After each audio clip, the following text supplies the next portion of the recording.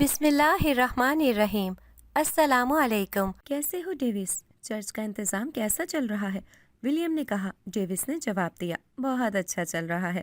William بولا، بہت دن گزر گئے، اس چرچ کو کوئی اچھا پیشوا نہیں ملا۔ اب تم آ گئے ہو تو مجھے تسلی ہو گئی ہے۔ ڈیوس ولیم کے سامنے رکھی کرسی پر بیٹھا اور بولا، آپ فکر نہ کریں، میں سارے انتظامات سنبھال لوں گا۔ ولیم نے کہا، ڈیوس، اس علاقے میں مسلمان اور عیسائی مل جل کر رہتے ہیں، بس تم نے خیال رکھنا ہے کہ کسی مسلمان کو ہماری وجہ سے تکلیف نہ پہنچے۔ ڈیوس نے کہا، بالکل بالکل، میں خاص خیال رکھوں گا۔ ولیم اپنی کرسی سے اٹھا اور بولا، ٹھیک ہے ڈیوس، میں یہاں صرف تمہارے لیے رکا ہوا تھا، تم آ گئے، اب میری ذمہ داری ختم ہوئی اور تمہاری شروع ہوئی۔ اب مجھے اجازت دو، میں نے واپس جانا ہے۔ ڈیوس بھی کھڑا ہو گیا اور ولیم سے ہاتھ ملاتے ہوئے بولا، یہاں سے آپ بے فکر ہو جائیں۔ ولیم چلا گیا۔ یہ ایک بہت بڑی کالونی تھی جہاں مسلمان اکثریت میں آباد تھے اور ایک حصے میں عیسائی کمیونٹی آباد تھی۔ مسلمان اور عیسائی برسوں سے مل جل کر رہ رہے تھے، ایک دوسرے کی خوشی اور غم میں شریک ہوتے تھے۔ عیسائیوں کا چرچ کافی عرصے سے پیشوا کے بغیر تھا۔ علاقے کے کچھ معزز لوگ یہاں کی عبادات اور چرچ کی دیکھ بھال کا ذمہ لیے ہوئے تھے۔ ولیم کچھ عرصے کے لیے کسی کام سے انگلینڈ سے یہاں آیا اور اس نے دیکھا کہ یہاں چرچ کو پادری کی ضرورت ہے، تو اس نے اپنے ذرائع استعمال کر کے ڈیوس سے رابطہ کیا اور اسے یہاں بلا لیا۔ ڈیوس کا ریکارڈ بہت اچھا تھا، وہ ایک بہت اچھا پادری تھا۔ اس کے بارے میں کہا جاتا تھا کہ وہ بہت بہادر ہونے کے ساتھ بہت رحم دل اور نیک بھی ہے۔ عیسائی کمیونٹی کے لوگ بھی ڈیوس کے آنے سے بہت خوش تھے۔ ڈیوس نے تھوڑے ہی عرصے میں یہاں کے لوگوں کے درمیان اپنا بہت اچھا امیج بنا لیا تھا، چاہے وہ مسلمان ہو یا عیسائی، سبھی اس کی بہت عزت کرتے تھے۔ نواب صاحب، میں کہہ رہی ہوں، میں اپنی بیٹی کی شادی تمیز الدین کے ساتھ ہرگز نہیں کروں گی۔ نواب صاحب گہری سوچ میں گم تھے۔ بیگم نواب بولیں، نواب صاحب کس سوچ میں ڈوبے ہوئے ہیں؟ خاندان سے باہر شادی نہیں کرنی تو اس کا مطلب یہ نہیں کہ کسی بھی للو پنجو کے ہاتھ میں اپنی بیٹی کا ہاتھ پکڑا دوں۔ نواب صاحب خاموشی سے اٹھے اور چل دیے۔ بیگم نواب، جو اپنے بیڈ پر بیٹھی ہوئی تھی، کھڑی ہوئی اور بولی، آپ آج ہی اس رشتے سے انکار کر دیں، میں کچھ بھی نہیں سنوں گی۔ نواب صاحب کمرے سے نکل گئے۔ مہرالنساء چھت پر بالکنی میں کھڑی نیلے آسمان پر اڑتے پرندوں کو دیکھ رہی تھی۔ خوبصورت لباس پہنے، بڑا سا دوپٹہ اوڑھے، مہرالنساء رنگ بدلتے موسم سے لطف اندوز ہو رہی تھی۔ دوپہر سے ہی موسم نے انگڑائی لے رکھی تھی۔ آسمان پر ہلکے بادل اور ہلکی ہلکی ہوا نے موسم کا بدلتا ہوا مزاج بتا دیا تھا۔ ابھی تک بارش کا امکان نہیں تھا، لگ رہا تھا کہ کچھ گھنٹے موسم اس طرح رہنے والا ہے۔ بیگم نواب مہرالنساء کے پاس آئیں اور بولیں، مہرالنساء نے کہا، جی امی۔ بیگم نواب بولی، آج تمیز الدین اور اس کی فیملی حویلی آ رہی ہیں، مگر تم نے اپنے کمرے سے باہر نہیں نکلنا۔ مہرالنساء نے کہا، امی، تمیز الدین کو ایسے آرام نہیں آئے گا۔ بیگم نواب بولی، اسے کیسے آرام آئے گا یہ مجھے پتہ چل گیا ہے، میں اپنی بیٹی کی زندگی برباد نہیں ہونے دوں گی۔ یہ کہہ کر بیگم نواب چلی گئیں۔ عبادت ختم کر کے عیسائی چرچ سے باہر نکلے۔ ڈیوس ہر ایک سے خوش دل سے مل رہا تھا۔ مسٹر ہیرس نے کہا، خوش رہو ڈیوس، تمہارے آنے سے یہاں لوگ بہت خوش ہیں، ہمیں تمہارے جیسے فادر کی ضرورت تھی۔ کرسمس آنے والی ہے، میں چاہتا ہوں کہ اس بار کرسمس کی تقریب میں چرچ کے سارے انتظامات کا خرچہ میں اٹھاؤں گا۔ ڈیوس نے کہا، بہت اچھے مسٹر ہیرس، یہ بہت نیکی کا کام ہے۔ ہیرس نے کہا، چرچ کی سجاوٹ اور کرسمس ٹری میرا ذمہ ہے، اس کی آپ نے فکر نہیں کرنی، اور شام کے وقت دعائیہ تقریب کے اختتام کے بعد میری طرف سے ضرورت مند لوگوں کے لیے کھانے کا اہتمام بھی ہوگا۔ ڈیوس بولا، زبردست مسٹر ہیرس، آپ نے تو کھڑے کھڑے سارے انتظامات ترتیب دے دیے۔ مسٹر ہیرس نے ڈیوس سے ہاتھ ملایا اور بولا، بہت جلد ملتے ہیں۔ ڈیوس نے مسکراتے ہوئے ہیرس کو الوداع کہا اور ہیرس چلا گیا۔ ڈیوس نے چرچ کے معاملات کو بہترین طریقے سے سنبھال لیا تھا۔ عیسائی کمیونٹی اس کے آنے سے بہت خوش تھی۔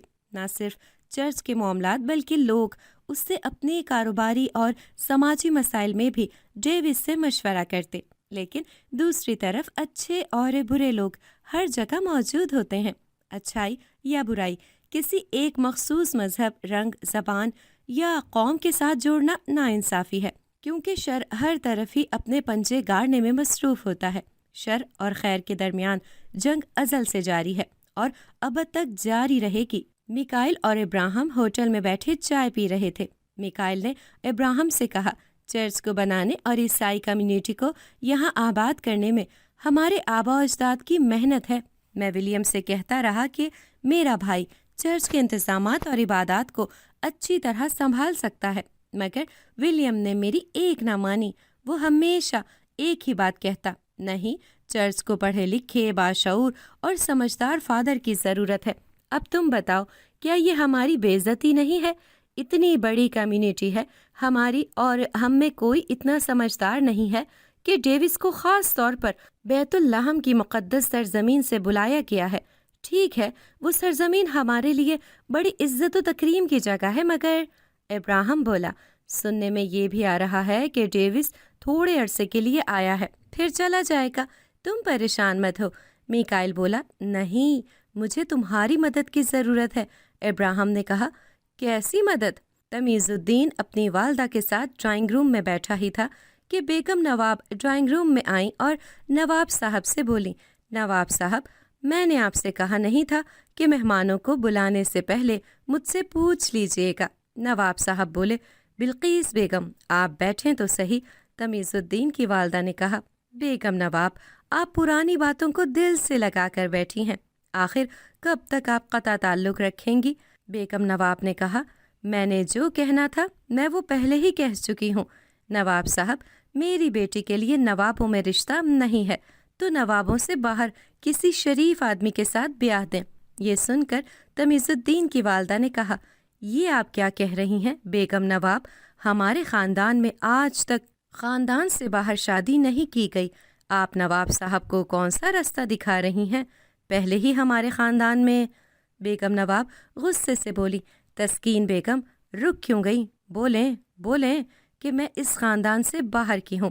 میری ایک بات یاد رکھیں تسکین بیگم، بھلے ہی میں اس خاندان سے باہر کی ہوں، مگر اپنے طور اتوار، تمیز، تہذیب، رکھ رکھاؤ سے میں نے آج تک کسی کو شکایت کا موقع نہیں دیا اور سارے خاندان کو جوڑ کر رکھا ہے، کسی کو باہر سے آنے کا طعنہ نہیں دیا۔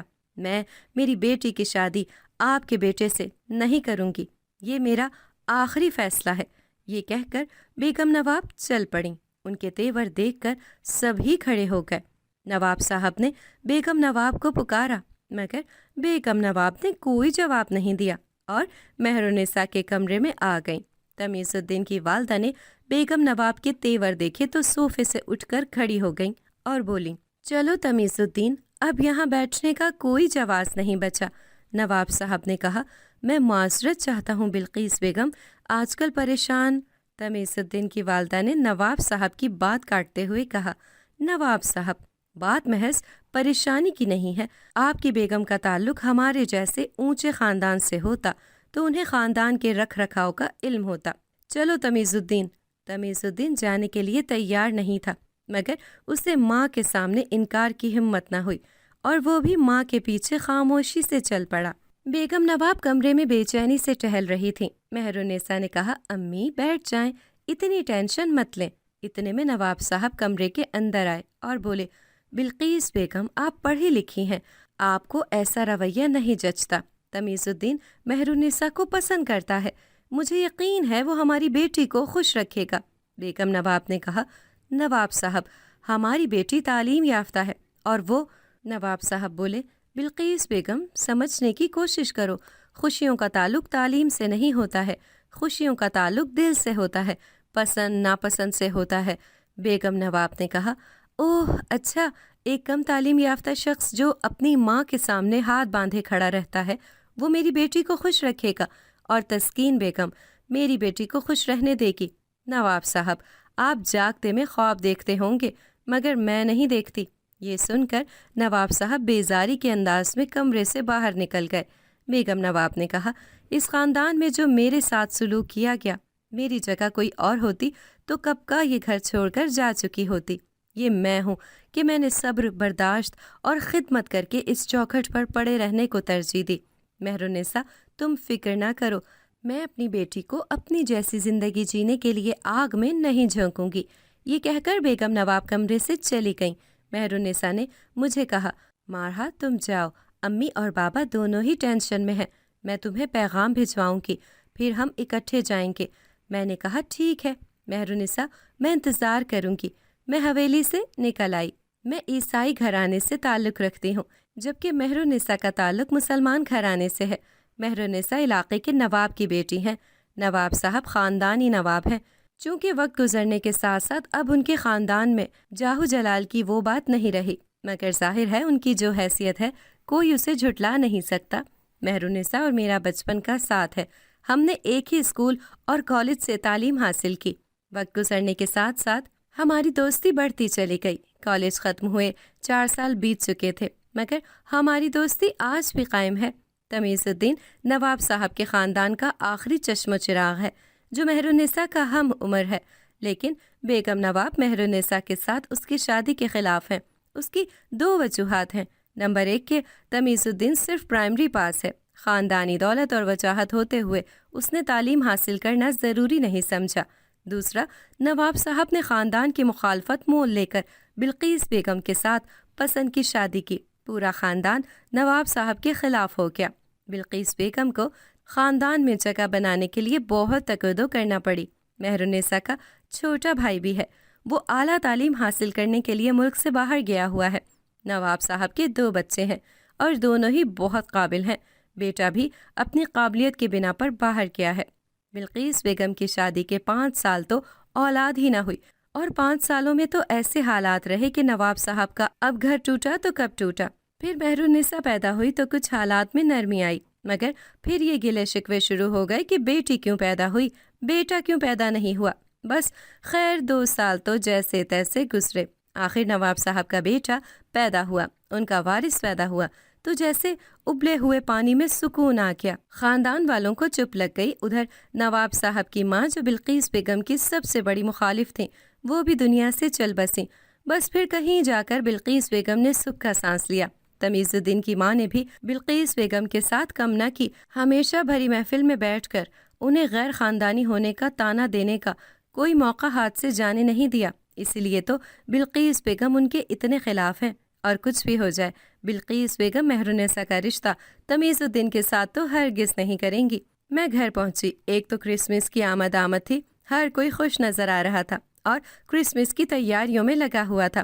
دوسرا، ہمارے علاقے میں ایک سالانہ میلہ بھی لگتا تھا جس میں ہر طرح کے جھولوں کا انتظام ہوتا، ہر چیز کی دکان اور اسٹال لگائے جاتے، کپڑے، جوتے، بچوں کے کھلونے، چوڑیاں، مہندی، غرض کوئی ایسی چیز نہ تھی جس کا اسٹال نہ لگایا جاتا۔ دوسرے شہر سے جادوگر بھی آتے جو اپنے ہاتھ سے جادو دکھا کر لوگوں کو خوب محسوس کرتے۔ سالانہ میلے میں بندر کا تماشا مجھے اور مہرالنساء کو بہت پسند تھا۔ ہم دونوں بچپن سے ہی اکٹھے اس میلے کو دیکھتے آ رہے ہیں۔ اس سال بھی میلہ لگنا تھا اور کرسمس سے 1 ہفتہ پہلے میلہ لگتا تھا۔ میرے لیے تو ڈبل خوشی تھی، پہلے میلہ اور پھر کرسمس۔ اگلے دن مہرالنساء نے اپنے ملازم کے ذریعے پیغام بھجوایا کہ میلے والے دن صبح اسی جگہ ملاقات ہوگی جہاں ہر سال ملتے ہیں۔ میں خوش ہو گئی۔ 1 ہفتے بعد علاقے میں بہت رونق تھی، میلہ لگا ہوا تھا۔ مہرالنساء اپنی گاڑی میں میلے میں پہنچی۔ ڈرائیور نے گاڑی ایک جگہ کھڑی کی۔ میں مہرالنساء کے انتظار میں وہیں کھڑی تھی۔ میں مہرالنساء کے گلے ملی۔ ڈرائیور نے گاڑی لاک کی اور ہمارے ساتھ ہو لیا، کیونکہ ہماری حفاظت کی ذمہ داری بھی اس کی تھی۔ نواب صاحب ہمیشہ ہی اسے ہمارے ساتھ سائے کی طرح رہنے کی تاکید کر کے بھیجتے تھے۔ چوڑیاں پہننے اور مہندی لگانے کے بعد ہمیشہ کی طرح پہلے ہم نے بندر کا تماشا دیکھنا تھا، اس کے بعد آئس کریم کھانی تھی۔ چوڑیاں پہننے اور مہندی لگوانے کے بعد مہرالنساء نے ڈرائیور سے کہا کہ ساتھ والی دکان سے جوس لے آئے، بہت پیاس لگی ہے۔ وہ جوس لینے چلا گیا کہ اسی اثنا میں کچھ خواتین بچوں سمیت چوڑیوں کی دکان پر گھس آئیں۔ تھوڑی دھکم پیل ہوئی۔ مہرالنساء نے مہندی بچانے کے لیے اپنے ہاتھ اوپر کیے۔ اوپر کا پاؤں پھسلا، وہ پیچھے گری۔ خود کو سنبھالتے ہوئے اس نے مہندی سے بھرے ہاتھ پیچھے کھڑے شخص کے اوپر رکھ دیے۔ اس شخص کی وجہ سے مہرالنساء نیچے گرنے سے تو بچ گئی، مگر اس کی مہندی خراب ہو گئی اور اس مہندی بھرے ہاتھ پیچھے والے شخص کے کپڑوں پر چھپ گئے۔ ہم نے چونک کر پیچھے دیکھا، پیچھے تو فادر ڈیوس کھڑے تھے۔ ہم سب با ادب کھڑے ہو گئے، سوائے چند ایک مسلمان خواتین کے جو فادر ڈیوس کو نہیں جانتی تھیں۔ مہرالنساء نے ایک بڑی سی چادر کو ٹھیک کیا اور نظریں چراتے ہوئے فادر ڈیوس سے معذرت کرنے لگی۔ فادر ڈیوس نے کہا، کوئی بات نہیں، اور وہ چلے گئے۔ لازمی بات ہے اب وہ سیدھا اپنے گھر جائیں گے، کیونکہ مہندی سے بھرے کپڑوں کے ساتھ وہ اب میلے میں تو گھوم پھر نہیں سکتے تھے۔ مہرالنساء نے کہا، اف مارہا، میری تو ساری مہندی خراب ہو گئی، چلو میرے ساتھ آؤ، میں نے ہاتھ دھونا ہے۔ میں اور مہرالنساء نلکے کی طرف چل پڑے۔ میں نے کہا، تیری تو صرف مہندی خراب ہوئی ہے، اور ان کا کیا جن کے کپڑے خراب ہو گئے ہیں؟ جانتی بھی ہو وہ کون تھے؟ مہرالنساء نے کہا، کون تھے؟ میں نلکا چلانے لگی اور مہرالنساء اپنے ہاتھ دھونے لگی۔ میں نے کہا، وہ ہمارے چرچ کے فادر ہیں، فادر ڈیوس۔ مہرالنساء نے چونک کر میری طرف دیکھا اور بولی، کیا فادر؟ اوہو، یہ تو بہت برا ہوا، جو بھی ہوا۔ میں نے کہا، ہمارے فادر ڈیوس بہت اچھے ہیں، نہ صرف چرچ کو اچھے طریقے سے سنبھال رہے ہیں بلکہ اتنے سمجھدار ہیں کہ لوگ ان سے ہر کام میں مشورے لیتے ہیں، سب لوگ ان کی بہت عزت کرتے ہیں۔ مہرالنساء نے کہا، اوہ، پھر تو اور زیادہ برا ہوا۔ میں نے کہا، کچھ نہیں ہوا، تم زیادہ نہ سوچو، ہم نے ہمیشہ کی طرح میلے میں ایک اچھا وقت گزارا۔ مہرالنساء نے مجھے میرے گھر پر ڈراپ کیا اور حویلی واپس چلی گئی۔ ایک ہفتے بعد کرسمس کا تہوار تھا، جو بخیر و عافیت بہت اچھا گزر گیا۔ عبادات کی گئیں، ایک دوسرے کو تحفے تحائف دیے گئے، مٹھائیاں تقسیم کی گئیں۔ دن کے اختتام پر دعائیہ تقریب کے بعد مسٹر ہیرس کی طرف سے ضرورت مند لوگوں کے لیے خاص طور پر کھانے کا اہتمام کیا گیا تھا۔ کرسمس کے تہوار گزر جانے کے چند دن بعد اچانک فادر ڈیوس لاپتہ ہو گئے۔ کسی کو ان کی کوئی خبر نہ تھی۔ ہوا یوں کہ مسٹر ہیرس ان سے کوئی ضروری بات کرنے کے لیے گئے، مگر وہ نہ ملے تو مسٹر ہیرس واپس آ گئے، مگر چند ہفتوں بعد وہ دوبارہ گئے، تب بھی فادر ڈیوس کا کوئی پتہ نہیں تھا۔ مسٹر ہیرس کو تھوڑی تشویش ہوئی، کیونکہ فادر ڈیوس کو یہاں آئے 8 ماہ گزر چکے تھے اور ایسا کبھی ہوا نہیں تھا۔ فادر ڈیوس یا تو چرچ میں ہوتے یا اپنے چھوٹے سے گھر میں، جو کہ چرچ کے قریب ہی بنایا گیا تھا۔ مسٹر ہیرس نے علاقے کے 2-3 معززین سے فادر ڈیوس کے بارے میں پتہ کیا، جن کے پاس فادر ڈیوس ہو سکتے تھے، لیکن سب نے یہی کہا کہ ایک دن پہلے ملاقات ہوئی تھی۔ اس کے بعد فادر ڈیوس کو کسی نے نہیں دیکھا۔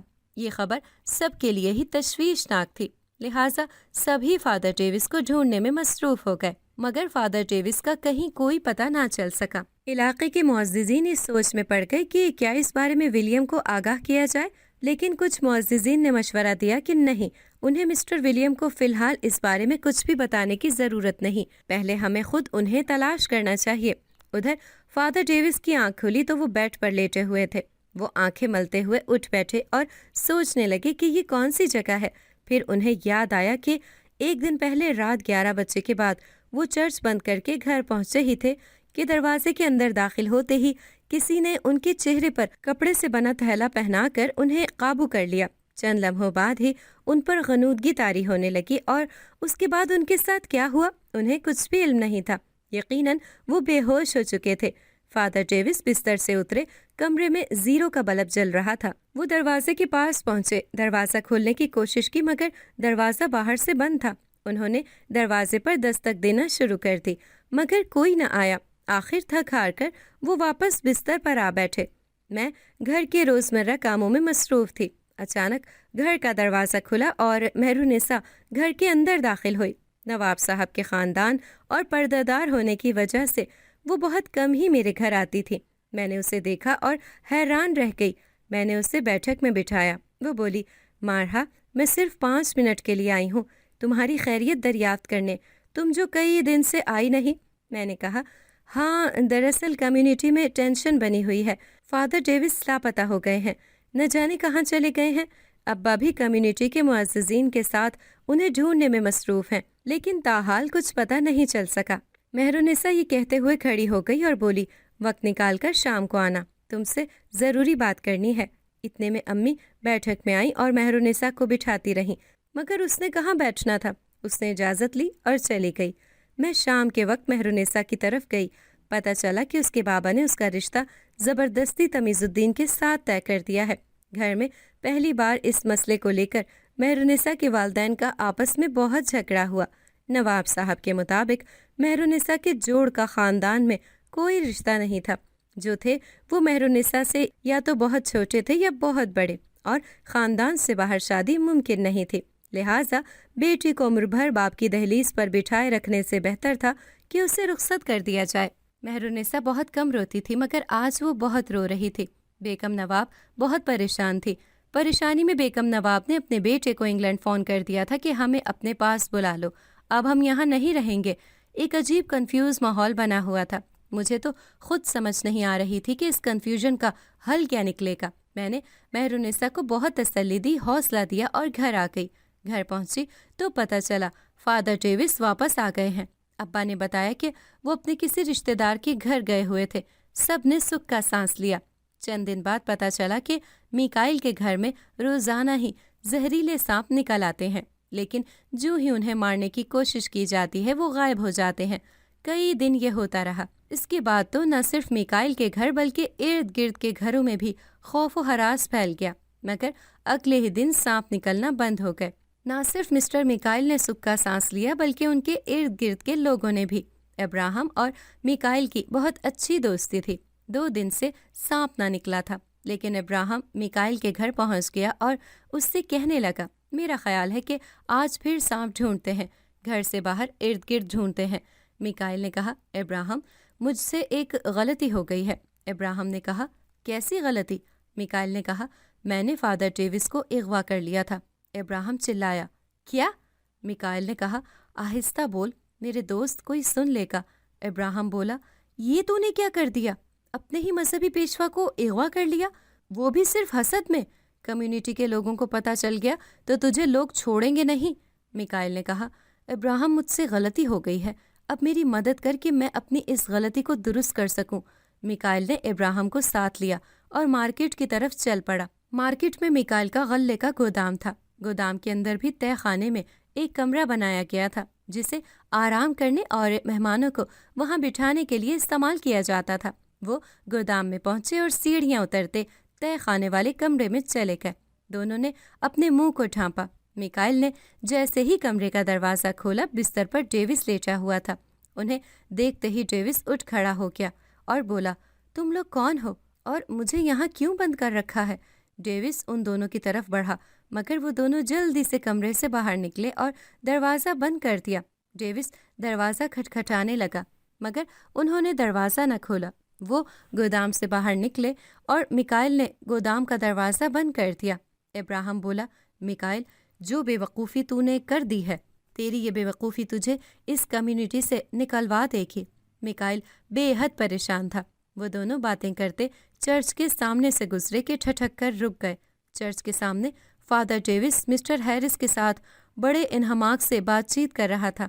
ابراہم نے کہا، میکائل، تو وہ دیکھ رہا ہے؟ میکائل، جو خود حیرت سے آنکھیں پھاڑے ڈیوس کو دیکھ رہا تھا، بولا، ابراہم، یہ کیسے ہو سکتا ہے؟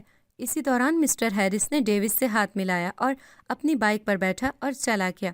اس کے جانے کے بعد ڈیوس بھی حیرت سے ان کی طرف دیکھنے لگا۔ جیسے ہی ڈیوس ان کی طرف بڑھا، میکائل اور ابراہم دونوں ہی بھاگ پڑے۔ ڈیوس حیرت سے انہیں دیکھتا ہی رہ گیا۔ مہرونیسا نے گاڑی بھیجی۔ میں گاڑی میں بیٹھی اور مہرونیسا کی حویلی پہنچ گئی۔ ہم نے شاپنگ کے لیے جانا تھا۔ بیگم نواب مہرونیسا کو گیٹ تک چھوڑنے کے لیے آئیں۔ ہم گاڑی میں بیٹھے اور مارکیٹ پہنچ گئے۔ نئے سیزن کے کپڑے لینے تھے اور مہرونیسا تو ویسے بھی نواب کی بیٹی تھی، اس کی تو آئے دن شاپنگ چلتی رہتی تھی۔ ہمارے بیچ گہری خاموشی تھی۔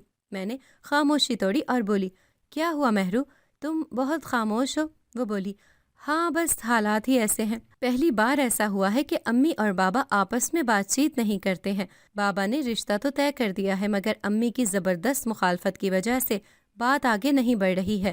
اوپر سے بھائی نے بھی فون کر کے بابا کو یہ رشتہ کرنے سے منع کیا ہے۔ وہ تو ویسے بھی انگلینڈ چلے گئے ہیں۔ ان کی سوچ تو بالکل ہی تبدیل ہو گئی ہے۔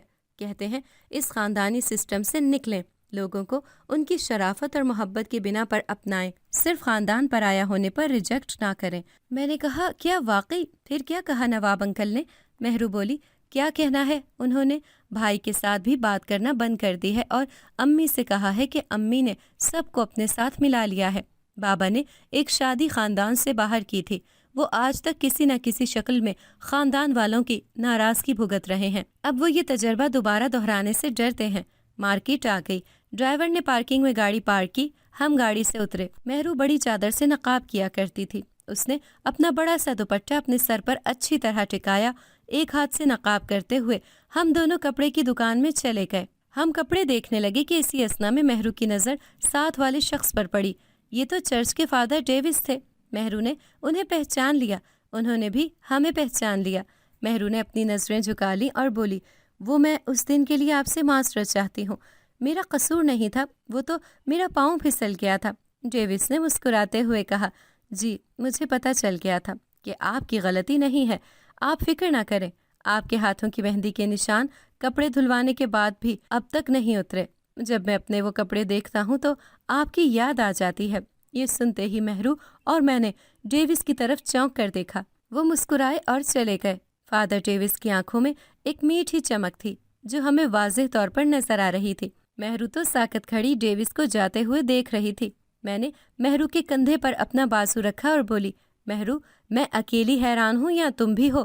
مہرو نے مسکراتی ہوئی آنکھوں سے میری طرف دیکھا اور بولی، چھوڑو بھی، دل کی کشش مقناطیس کی طرح ہوتی ہے، جس کے خیال کو بھی ہم جھٹک رہے ہوتے ہیں وہ کسی نہ کسی طرح خود بخود ہمارے سامنے آ جاتا ہے۔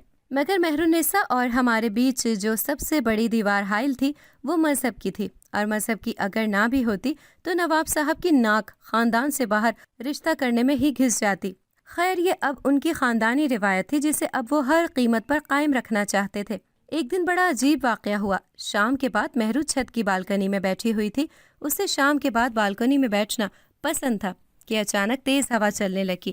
اس نے ہوا میں اڑتے ہوئے انسانی عکس کو دیکھا۔ ہوا میں اڑتا انسانی عکس مہرو کی طرف ہی پڑ رہا تھا۔ یہ دیکھ کر مہرو خوف زدہ ہو گئی اور بالکنی سے نیچے بھاگی۔ اس رات مہرو کھانا کھائے بغیر ہی سو گئی۔ خواب میں اس نے دیکھا کہ وہ ایک راہداری میں چلی جا رہی ہے۔ ہلکی ملجگی روشنی میں اسے کچھ سجھائی نہیں دے رہا تھا کہ یہ کون سی جگہ ہے کہ اسی لمحے دروازے پر زور زور سے دستک ہونے لگی۔ راہداری میں کمرے ہی کمرے تھے۔ اچانک ہر کمرے کے دروازے پر دستک ہونے لگی۔ مہرو گھبرا کر دائیں بائیں دیکھنے لگی۔ تمام کمروں کے دروازے باہر سے بند تھے، ان پر تالا لگا ہوا تھا اور اندر سے کوئی انہیں کھٹکھٹا رہا تھا، لیکن سب دروازے کیوں بند تھے اور ہر کمرے میں کوئی قید تھا؟ یہ کیسے ممکن تھا؟ مہرو تیز تیز قدم اٹھاتی راہداری میں چلنے لگی۔ وہ باہر نکلنے کا راستہ ڈھونڈ رہی تھی، مگر وہ جس طرف مڑتی اسی طرف ایک اور راہداری ہوتی۔ وہاں بھی دائیں بائیں ہر کمرے کے باہر تالا اور ہر دروازے پر دستک۔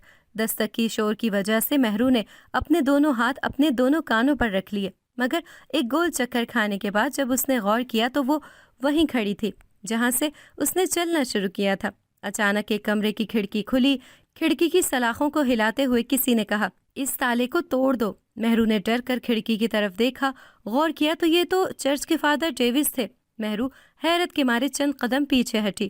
وہ کسی اونچی جگہ کھڑی تھی۔ ایک بار پھر اس کا پاؤں پھسلا، اس نے ایک چیخ ماری اور وہ گہری کھائی میں گر پڑی۔ اسی لمحے مہرو کا خواب ٹوٹ گیا اور وہ اٹھ کر بیٹھ گئی۔ اس کی سانس اور دھڑکن دونوں تیز تیز چل رہی تھی۔ وہ آنکھیں پھاڑے کمرے میں ادھر ادھر دیکھ رہی تھی۔ اس کے ماتھے سے پسینہ ٹپکا تو اسے محسوس ہوا کہ وہ تو پسینے میں شرابور ہے۔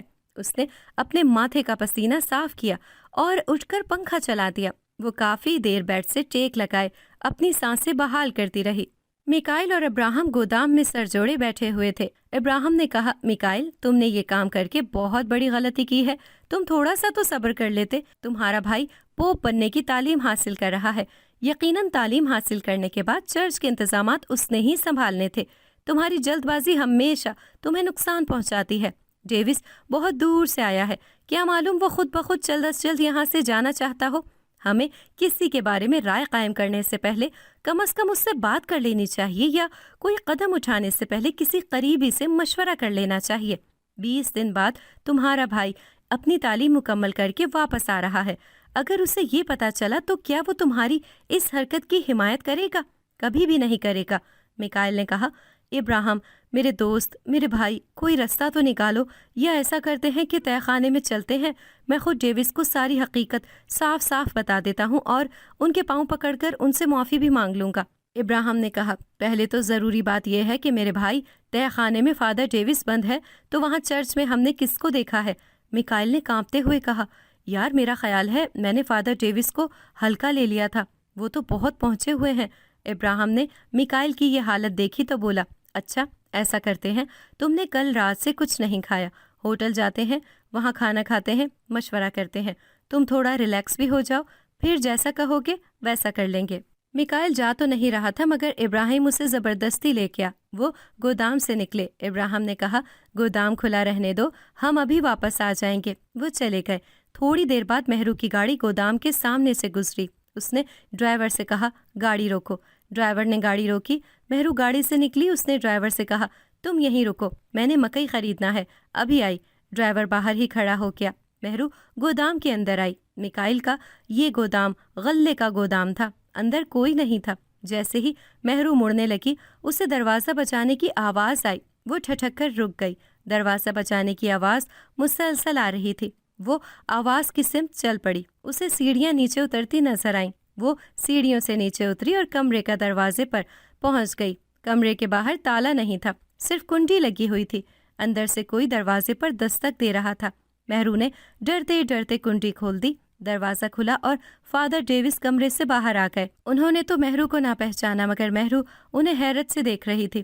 انہوں نے مہرو کا شکریہ ادا کیا اور بولے آپ جلدی نکلیں یہاں سے۔ ڈیوس اور مہرو جلدی جلدی گودام سے باہر نکلے اور اپنے اپنے راستے پر ہو لیے۔ ان کے جانے کے بعد میکائل اور ابراہم گودام میں آئے۔ ابراہم نے کہا میکائل ہمت کرو، میں تمہارے ساتھ ہوں، تم اپنی غلطی مان لو گے تو معافی مل جائے گی۔ مصیبتیں تب آتی ہیں جب انسان جھٹائی سے اپنی غلطیوں پر قائم رہتا ہے۔ میکائل نے اپنا دل مضبوط کیا۔ وہ تہہ خانے میں اترے لیکن کمرے کا کھلا دروازہ دیکھ کر اور ڈیوس کو کمرے کے اندر نہ پا کر میکائل کے ہوش اڑ گئے۔ اسے چکر آیا اور وہ وہیں گر پڑا۔ مہرو نے شام کے وقت مجھے بلایا اور سارا ماجرا مجھے سنایا۔ میں نے خود صبح چرچ میں فادر ڈیوس کو دیکھا تھا، تو پھر وہ اس کمرے میں کیسے قید ہو گئے؟ ایک شخص ایک وقت میں دو جگہ کیسے ہو سکتا ہے؟ ہم گاڑی میں بیٹھے اور چرچ آ گئے۔ مہرو نے کہا کہ وہ خود فادر ڈیوس سے بات کرنا چاہتی ہے۔ ہم چرچ پہنچے تو پتہ چلا کہ ڈیوس اپنے گھر ہیں۔ ہم ان کے گھر چلے گئے۔ انہوں نے ہمیں اندر بلایا مگر مہرو نے باہر ہی کھڑے ہو کر بات کرنا مناسب سمجھا۔ ہم نے انہیں ساری حقیقت بتائی۔ وہ بولے مجھے پچھلے کئی دنوں سے کسی نے اغوا کر کے ایک کمرے میں قید کیا ہوا تھا۔ یہاں میری جگہ کون تھا اور کیا کرتا رہا میں اس سے لا علم ہوں۔ یہ سن کر ہماری حیرت کی انتہا نہ رہی۔ ہم نے فادر ڈیوس سے اجازت لی اور واپس چلے آئے۔ مہرو نے مجھے گھر چھوڑا۔ میں نے اسے کہا تم فکر نہ کرو، ساری حقیقت جلد ہی خود کھل جائے گی۔ میں 2 دن مصروف ہوں، 2 دن بعد تم سے ملنے آؤں گی۔ مہرو نے مجھے الوداع کہا اور چلی گئی۔ اسی دن آدھی رات کا وقت تھا۔ مہرو کو نیند نہیں آ رہی تھی۔ وہ اپنے کمرے سے نکلی اور لان میں چلی آئی۔ لان میں ٹہلتے ہوئے اس کا دوپٹہ گلاب کے پودے میں لگے کانٹوں سے الجھ گیا۔ اس نے مڑ کر دیکھا تو فادر ڈیوس اس کا دوپٹہ کانٹوں سے چھڑا رہے تھے۔ مہرو کا سانس اندر کا اندر اور باہر کا باہر رہ گیا۔ اس کی آواز بند ہو گئی۔ چند لمحے تو وہ انہیں تکتی رہی، پھر بولی آپ یہاں؟ ڈیوس نے کہا جی، آپ سے ملنا چاہتا تھا مگر دن کے اجالے میں نہیں آ سکتا تھا، اس لیے رات کے اندھیرے میں آنا پڑا۔ مہرو نے کہا آپ عیسائیوں کے قابل احترام فادر ہیں، ہمارے لیے بھی قابل احترام ہیں۔ مگر ڈیوس مسکرایا اور بولا میں چرچ کا فادر نہیں ہوں، میں ایک عیسائی جن زادہ ہوں۔ یہ سنتے ہی مہرو خوف کے مارے پیچھے ہٹی مگر اسی لمحے جن زادے نے مہرو کا ہاتھ تھام لیا اور وہ دونوں ہوا میں اڑتے ہوئے مہرو کے کمرے میں آ گئے۔ مہرو کا کمرہ دوسری منزل پر تھا۔ مہرو کے قدم زمین پر لگے تو جن زادے نے اس کا ہاتھ چھوڑ دیا اور کہا میں یہاں فادر ڈیوس کی مدد کے لیے آیا تھا اور ان کے بھیس میں ان کی جگہ کام کر رہا تھا کہ میری نظر آپ پر پڑ گئی اور پھر ہٹ نہ سکی۔ میں ہی آپ کو غلے کے گودام میں لے کر گیا تھا تاکہ آپ فادر ڈیوس کو آزاد کر سکے۔ مگر مہرو نے ڈرتے ڈرتے پوچھا مگر کیا؟ جن زادہ بولا مگر میرے ساتھ ایک انہونی ہو گئی ہے اور وہ انہونی یہ ہے کہ مجھے آپ سے محبت ہو گئی ہے۔ یہ سنتے ہی مہرو چند قدم پیچھے ہٹی، پیچھے بیٹھ پڑا تھا۔ مہرو بیٹھ پر گر پڑی۔ ایسا کہاں ہوتا ہے کہ جن زادہ خود آ کر کسی انسان زادی سے اپنی محبت کا اظہار کرے؟ جن زادہ بولا کیا آپ مجھ سے شادی کریں گی؟ مہرو نے لرزتے ہونٹوں کے ساتھ کہا۔ میں انسان ہوں، جن کے ساتھ کیسے شادی کر لوں؟ جنزادہ بولا، ایسی کئی مثالیں ہیں، میں آپ کو بتاتا ہوں، مگر مہرو نے کہا، تم عیسائی ہو، ہمارا مذہب الگ ہے۔ یہ سن کر جنزادہ جہاں کھڑا تھا وہیں کھڑا رہ گیا۔ مہرو بولتی گئی، اسے خود علم نہیں تھا کہ اسے کیا بولنا چاہیے اور کیا نہیں، مگر وہ بنا پلکے جھپکائے لرزتے ہونٹوں کے ساتھ بولتی گئی، میری 3 شرطیں ہیں۔ نمبر 1، کیا اپنا مذہب تبدیل کر سکتے ہو؟ نمبر 2، جنزادے سے انسان بن جاؤ۔ نمبر 3، میرے ساتھ انسان بن کر انسانوں کی دنیا میں رہو، کیونکہ میں اس دنیا میں کبھی نہیں جاؤں گی۔ اتنے میں دروازے پر دستک ہوئی۔ دستک کی آواز سن کر جنزادہ غائب ہو گیا۔ جیسے ہی وہ غائب ہوا، مہرو نے جلدی سے اٹھ کر دروازہ کھولا۔ سامنے اس کی امی بیگم نواب کھڑی تھیں۔ وہ کمرے میں آئیں اور بولیں، مہرو نسا، تم کس سے باتیں کر رہی تھی؟ لیکن مہرو اس سے پہلے کچھ کہتی بے ہوش ہو گئی۔ ادھر تسکین بیگم نے نواب صاحب پر زور ڈالنا شروع کر دیا کہ جلد از جلد شادی کی تاریخ دیں تاکہ وہ اس فرض سے بھی سبکدوش ہو جائیں۔ اس کے بعد تو حویلی میں پھر سے ہنگامہ کھڑا ہو گیا۔ بلقیس بیگم نے فون کر کے بیٹے کو جلد از جلد پاکستان آنے کے لیے کہا۔ ایسا لگنے لگا کہ نواب صاحب اور بلقیس بیگم کے رشتے کو کوئی بھی طوفان کمزور نہیں کر سکا، مگر مہرو کی شادی اتنا بڑا مسئلہ بن چکی تھی کہ لگتا تھا کہ کہیں یہ طوفان نواب صاحب اور بلقیس بیگم کے رشتے میں نہ ختم ہونے والی دراڑ نہ ڈال دے۔ لیکن چند دنوں بعد پتہ چلا کہ تمیز الدین صبح فیکٹری گیا تھا مگر گھر نہیں آیا۔ رات کے 11 بجے نواب صاحب کو تسکین بیگم نے فون کیا اور تمیز الدین کے بارے میں بتایا کہ وہ صبح کا گیا، اب تک گھر نہیں لوٹا۔ نواب صاحب نے اسی وقت گاڑی نکلوائی اور ڈرائیور کو لے کر تسکین بیگم کی طرف چلے گئے۔ ہر طرف فون کیے گئے، فیکٹری کے مینیجر اور کئی لوگوں سے رابطہ کیا گیا۔ پتہ چلا کہ تمیز الدین صبح فیکٹری آیا تھا مگر دوپہر کو ہی گھر واپس چلا گیا تھا۔ رات گئے نواب صاحب تمیز الدین کی گمشدگی کی رپورٹ درج کرانے تھانے چلے گئے۔ تمیز الدین تسکین بیگم کا اکلوتا بیٹا تھا۔ اس کے والد کا انتقال 2 سال پہلے ہی ہوا تھا۔ تمیز الدین پرائمری پاس تھا، ہمیشہ سے ہی کن ذہن تھا۔ پہلے تو اس کے والد خود ہی سب کچھ سنبھالتے تھے مگر تسکین بیگم پڑھی لکھی تھیں۔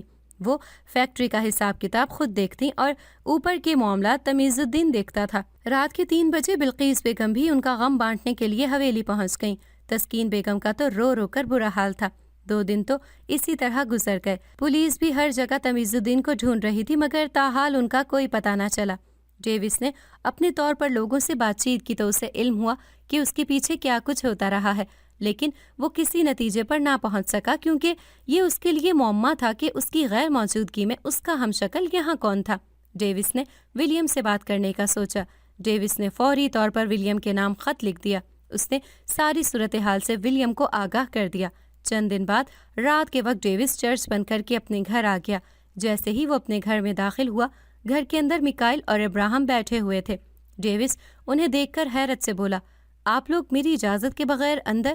مگر اسی لمحے میکائل روتے ہوئے ڈیوس کے قدموں میں گر گیا۔ ڈیوس پیچھے ہٹا لیکن میکائل نے ڈیوس کی ٹانگوں کو مضبوطی سے پکڑا ہوا تھا۔ وہ روتے ہوئے بولا، مجھے معاف کر دیں فادر ڈیوس، مجھ سے غلطی ہو گئی۔ میری کئی سالوں سے اس چرچ پر نظر تھی کہ میرا بھائی پڑھ لکھ کر آئے گا تو اس چرچ کا انتظام سنبھالے گا۔ میں نے تنگی کے باوجود اپنے بھائی کی تعلیم پر بہت پیسہ خرچ کیا اور اس نے بھی بہت محنت سے پڑھائی کی۔ وہ 1 ہفتے بعد اپنی تعلیم مکمل کر کے واپس آنے والا ہے۔ میں آپ سے حسد کرنے لگ گیا تھا مگر خداوند گواہ ہے میرا کوئی اور مقصد نہیں تھا۔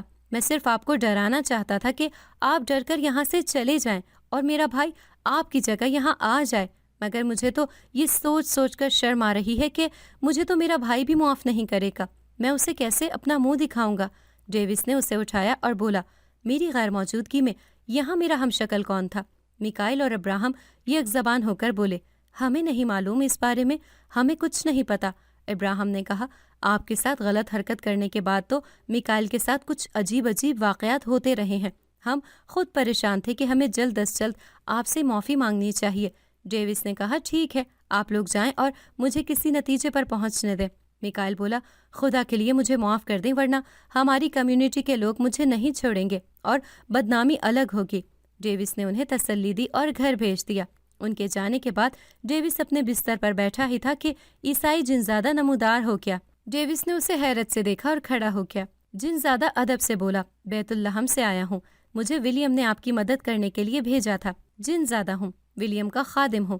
اس دن ڈیوس کو پتہ چلا کہ ولیم خود بھی بہت علم والا شخص تھا، جنات بھی اس کے خادم تھے۔ جنزادے نے ساری حقیقت ڈیوس کے سامنے رکھی اور بولا، میکائل کو معاف کر دیں، اس سے غلطی ہو گئی ہے مگر وہ دل کا اچھا انسان ہے۔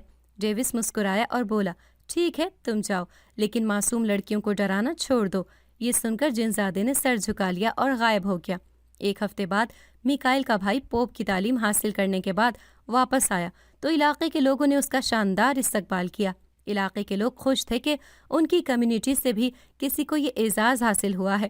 ڈیوس نے میکائل کے بھائی کے لیے ایک چھوٹی سی استقبالیہ تقریب رکھی اور اس میں اعلان کیا کہ چونکہ وہ بہت دور سے آیا ہے اس لیے وہ چاہتا ہے کہ میکائل کا بھائی اس چرچ کا انتظام سنبھال لے تاکہ وہ واپس جا سکے۔ یہ سن کر سبھی خوش تھے، لیکن میکائل کی حیرت کی انتہا نہ رہی۔ وہ کرسی سے اٹھا، اس نے ڈیوس کے ہاتھ چوم لیا اور بولا، آپ بہت عظیم انسان ہیں۔ ڈیوس نے مسکراتے ہوئے کہا، غلطی تسلیم کرنا اور پھر اس سے پیچھے ہٹ جانا خود بڑی عظمت کی بات ہے۔ ڈیوس چرچ کے سارے انتظامات میکائل کے بھائی کے حوالے کر کے خود بیت الحم واپس چلا گیا۔ ادھر کئی دن کے بعد تمیز الدین کا پتہ چلا، وہ شہر سے باہر ایک ویران مسجد میں ملا۔ اس نے ملنگوں والی حالت بنائی ہوئی تھی۔ پولیس اسے پہلے تھانے لے گئے، پوچھ گچھ کی تو پتہ چلا جب وہ فیکٹری سے گھر واپس آ رہا تھا تو راستے میں اس نے ڈرائیور کو گاڑی سے اتار دیا اور اسے کہا کہ وہ رکشے سے گھر چلا جائے گا، میں بعد میں آ جاؤں گا۔ پھر نہ جانے اسے کیا ہوا کہ وہ کئی دن ادھر ادھر مارا پھرتا رہا تھا۔ یہاں پہنچا تو گاڑی کا پیٹرول ختم ہو گیا۔ اس نے مسجد کے باہر گاڑی کھڑی کی اور یہی مسجد میں بیٹھ گیا۔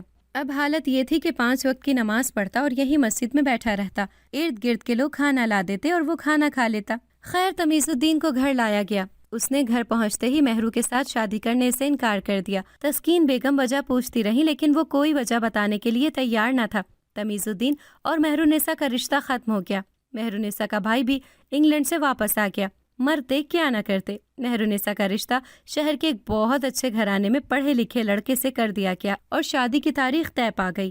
شادی سے چند دن پہلے مہرو اپنے کمرے میں بیٹھی مستقبل کے خواب اپنے آنکھوں میں سجائے اپنے زیورات دیکھ رہی تھی۔